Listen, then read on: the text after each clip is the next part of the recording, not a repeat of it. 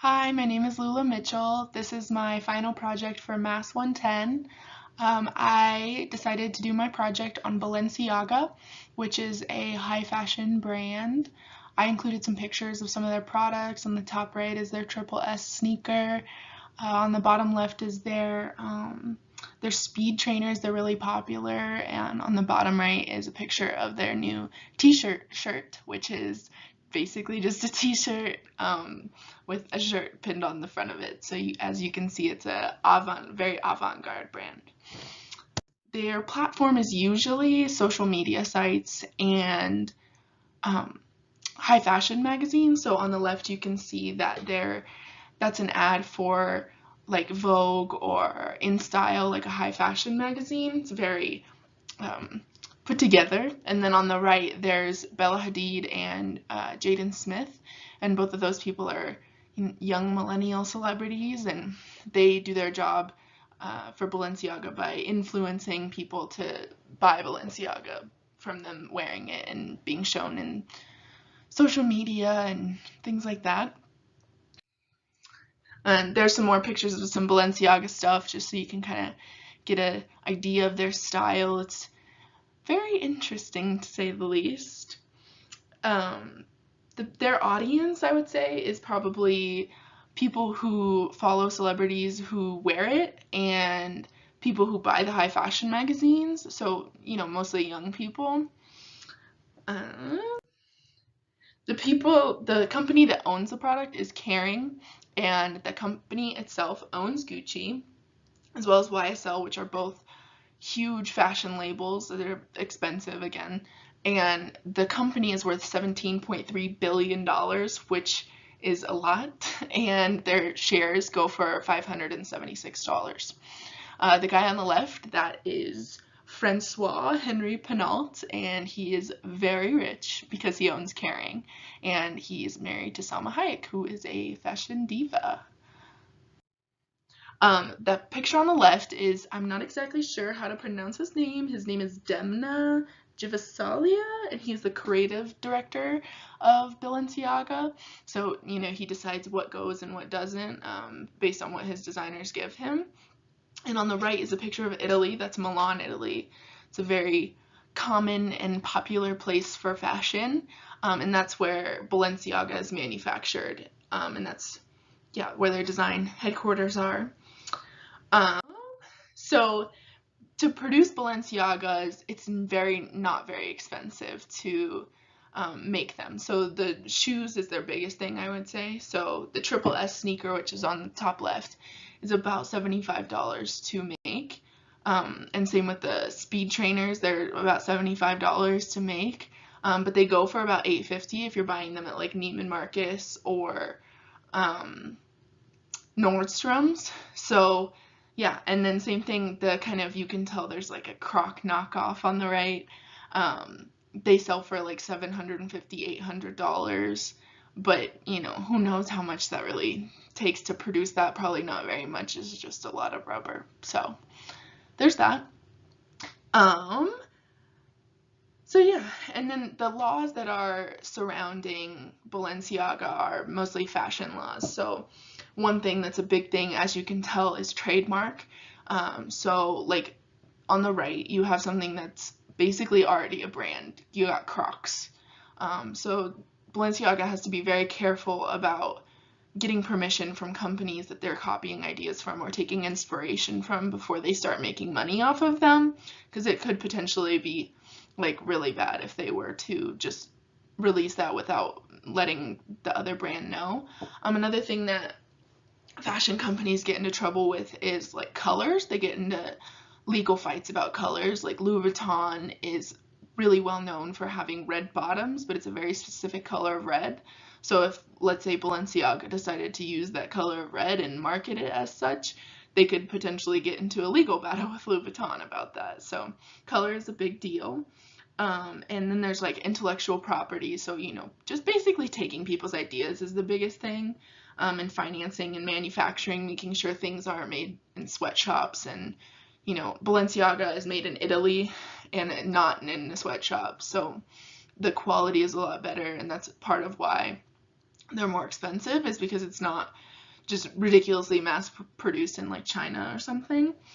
And Balenciaga in 2017 had a 40% profit margin, which is huge, which is why they are, I would say, the biggest high fashion brand. And they market to a lot of young people. So, it's contemporary. A lot of people want it. It's in high demand.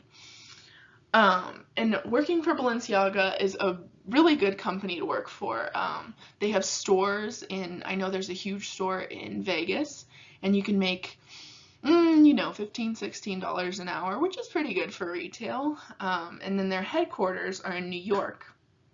And if you work like a full-time job at Balenciaga, you make about $50,000 a year, which is decent. I mean, it's not super great for living in New York, but it's not awful either. And it's not super hard to get a job there. A lot of people really like the CEO who worked there, the CEO of Balenciaga. And yeah, they just really enjoy working there. It's not like known for being awful or, Devil Wears Prada thing where, people just feel like they're being like abused by their bosses.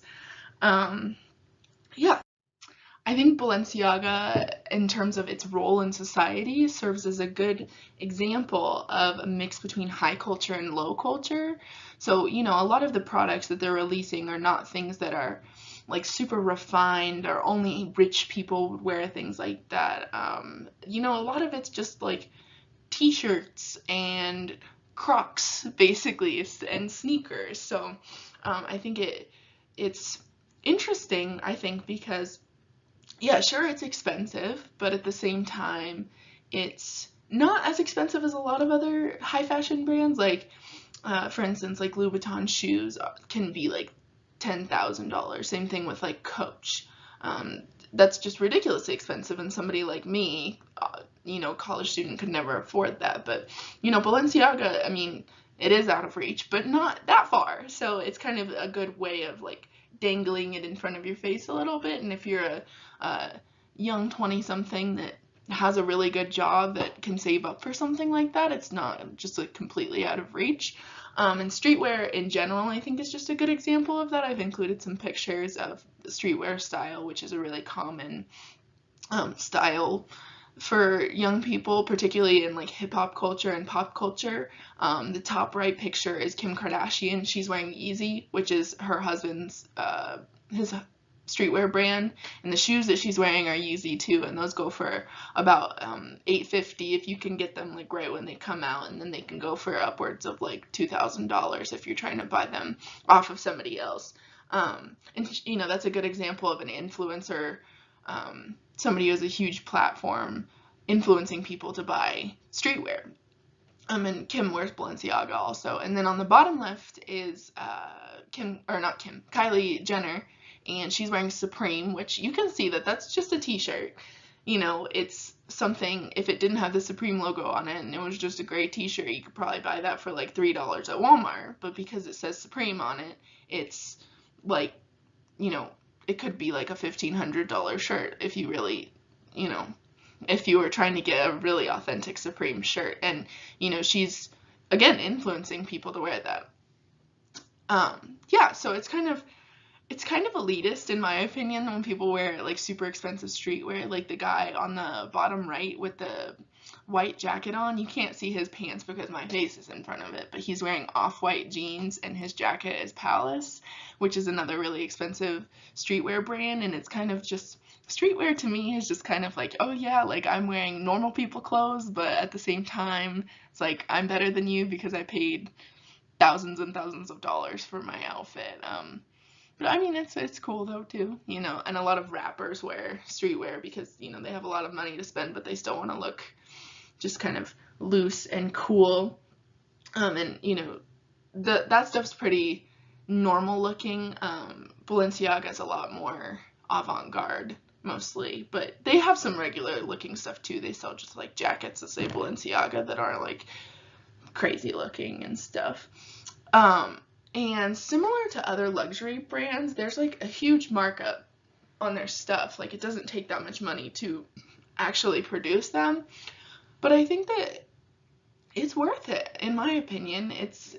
They're genuinely good products that are made well, um, and they're in high demand for a good reason. They're particularly with Balenciaga, it's very cutting edge. There's almost nothing like a Balenciaga sneaker. So the only place you can buy something like that is Balenciaga, and that's why they upcharge it. But again, like I said, it's not super. I mean, it's expensive, but it's not like $10,000. It's $800. It's a lot, but it's accessible, and I think that yeah, it serves a purpose in society as just what's new and cutting edge and what young people want to wear, and everything that's new and cutting edge and avant-garde is going to be weird to older generations, and I think that Balenciaga is a really good example of that. So yeah, that's my presentation.